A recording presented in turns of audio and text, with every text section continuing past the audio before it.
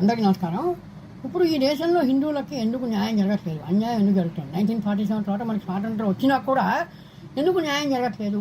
కొన్ని ఫ్యూచర్లో ఏమైనా పార్టీని మారితే ఏమైనా అవకాశం ఉందా, న్యాయం జరిగే అవకాశం ఉందా అని చూసినట్టయితే ది ప్రాబ్లమ్ ఈజ్ ఎక్కడ ఉందంటే కాన్స్టిట్యూషన్లో ఉందండి. ఏదైతే కాన్స్టిట్యూషన్ మనం 1947లో మనం అడాప్ట్ చేశామో ఆ కాన్స్టిట్యూషన్ ప్రకారం state should not have any religion. అంటే ఏంటి, ఏ గవర్నమెంట్కి రిలీజన్ ఉండదు. ఏ గవర్నమెంట్ కూడా ఏ మతానికి సంబంధించిన విశ్వాసాలని కాపాడాల్సిన అవసరం లేదు. ఏ మతానికి ప్రోగా ఏ పని చేయడానికి లేదు. ఒక మతానికి ప్రోగా ఏమైనా పని చేస్తే అది యాంటీ కాన్స్టిట్యూషన్ అవుతుంది, అది సుప్రీంకోర్టు కొట్టేస్తుంది. కాబట్టి మరి 1000 సంవత్సరాల అన్యాయానికి ఎప్పుడు న్యాయం జరుగుతుంది? జరిగిన అన్యాయానికి, హిందువులకు జరిగిన అన్యాయానికి ఎప్పుడు న్యాయం జరుగుతుందంటే ఈ దేశాన్ని హిందూ రాష్ట్రంగా మార్చాలి, కాన్స్టిట్యూషన్ని రీరైట్ చేయాలి.